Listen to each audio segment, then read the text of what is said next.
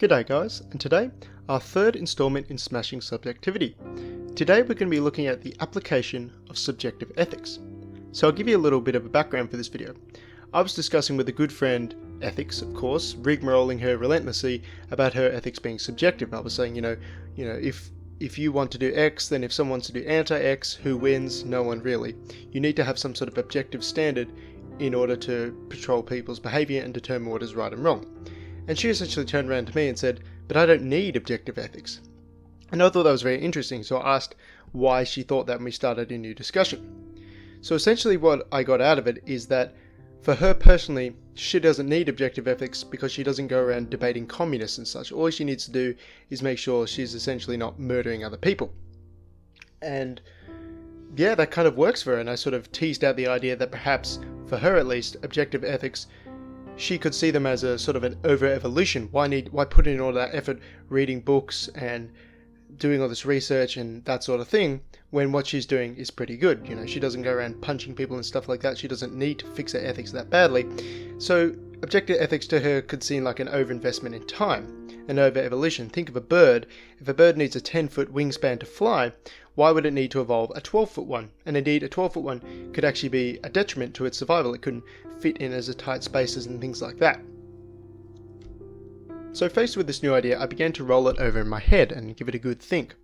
And I came to the conclusion of, that's all well and good for yourself, if you have your own sort of internal constitution that is subjective in how you should behave, but what happens when you begin to apply it to other people? I'll get to that question later on in the video, but I think it's first important that we touch on the nature of subjectivity. So think of the question, is ice cream valuable? Now, is there a right or correct answer to this statement?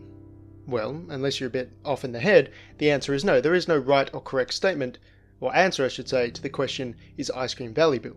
Because value is a subjective concept.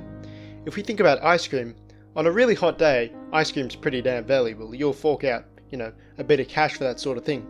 But on a really cold day, ice cream is not nearly as valuable. It's already cold. Why would you want to eat a cold food? You want a mug of hot chocolate or something like that. So you wouldn't pay very much for an ice cream. So we can't go around saying that ice cream has exactly the same amount of value at all times in all places. It's simply not true. Value depends on your situation. Now let's apply this train of thought to subjective ethics.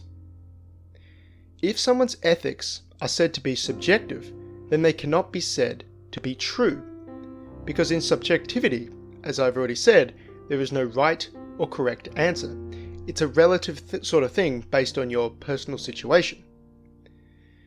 If we think of, say, gravity is totally objective. It is applied in all places, at all times, exerted by things of mass. It doesn't have any sort of exceptions in that regard. As far as I'm aware, at least, there's some crazy things going on in physics, but as far as I'm aware, gravity is consistent in its application. Now, if gravity was subjective, it would be applied sometimes in some places, essentially. Maybe pink rocks on a Friday wouldn't be affected by gravity and that sort of thing. So if someone wants to run off their own internalized subjective ethical code, that's fine as long as they only do it to themselves. But when they hold other people to their subjective ethical standard, we have a problem. Because by definition, your subjective standard is not correct or right. What you're essentially doing when you hold other people to this standard is holding someone else to a standard you know not to be correct. In my view, this is an unjust action. Now, the nature of unjust itself is a relative concept. We can think about the incorrect standard of being late. For example, two people in two restaurants. They both have different preferences or ideas of what they consider to be late. In person A's restaurant, someone turns up 5 minutes late. It's no drama, they go in and have their meal, no worries. In person B's restaurant, someone turns up 5 minutes late and it provokes a confrontation. So now we can see the subjectivity of being late. Some people find it highly negatively aesthetic, and some people, they don't care. On the same hand, however, the same person's concept or perception or tolerance for lateness can change depending on the situation. Person A doesn't mind his friend being 5 minutes late to his date, but he will certainly mind if a potential client is 5 minutes late to his work, as time is money. If someone were to critique my ideas, they could point out that hey look, lots of things are subjective, lots of things are relative, we hold people to incorrect standards all the time. So why does it matter if we hold someone to an incorrect ethical standard? Well, my response would be that the ramifications of being incorrect vary. If we think back to a restaurant example, one person holding another to their quote incorrect standard of being late might result in an argument, potentially even a physical one. Certainly not a pleasant outcome to the evening, but this is nothing compared to the incorrect application of ethics. The incorrect application of ethics in society can kill tens of millions of people, as it has in the past through communism, fascism, various religions. Essentially, pick your poison. When it comes to holding people to standards, it pays to very carefully pick which hill we choose to die upon. Do we want to be some upstuck, pencil-necked twat who verbally thrashes people for arriving a few minutes late to a pre-arranged meeting? Or, instead, do we want to choose to fixate upon the standard of what is good? As just one example.